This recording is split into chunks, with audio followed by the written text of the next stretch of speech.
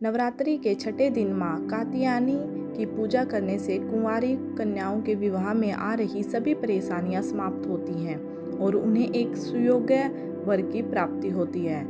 माना जाता है कि द्वापर युग में भी गोपियों ने भगवान श्री कृष्ण को पति के रूप में प्राप्त करने के लिए माँ कात्यायनी की ही पूजा की थी। अगर कुंडली में बृहस्पति खराब हो तो माँ कात्यायनी की पूजा करने से बृहस्पति के शुभ फल प्राप्त होने लगते हैं। माँ कात्यायनी की पूजा करने से आज्ञा चक्र जागृत होता है। नवरात्रि में छठे दिन माँ कात्यायनी की पूजा की जाती है।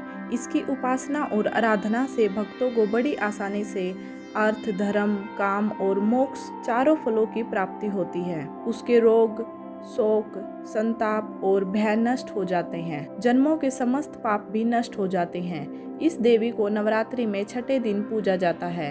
कात्याय गोत्र में विश्व प्रसिद्ध महर्षि कात्यायन ने भगवती पराम्बा की उपासना की, कठिन तपस्या की। उनकी इच्छा थी कि उन्हें पुत्री प्राप्त हो। माँ भगवती ने उनके घर पुत्री के रूप में जन्म लिया, इसीलिए यह देवी कात्यायनी कहलाई। इनका गुण शोध कार्य है, इसीलिए इस वैज्ञानिक युग में कात्यायनी का महत्व सर्वाधिक हो जाता है। इनकी कृपा से ही सारे कार्य पूरे हो जाते हैं। ये वेगनाथ नामक स्थान पर प्रकट होकर पूजी गई माँ कात्यायनी अमोघ फलदायिनी है। भगवान कृष्ण को पति रूप में पाने के लिए ब्रज की गोपियों ने इन्हीं की पूजा की थी। यह पूजा कालिंदी यमुना के तट पर की गई थी, इसीलिए ये ब्रज मंडल की अधिष्ठात्री देवी के रूप में प्रतिष्ठित है। इनका स्वरूप अत्यंत भय और दिव्य है। ये स्वर्ण के समान चमकीली और भास्वर है। इनकी 4 भुजाएं हैं। दाईं तरफ का ऊपर वाला हाथ अभय मुद्रा में है था, नीचे वाला हाथ वर मुद्रा में। माँ के बाईं तरफ के ऊपर वाले हाथ में तलवार है व नीचे वाले हाथ में कमल का फूल सुशोभित है। इनका वाहन भी सिंह है।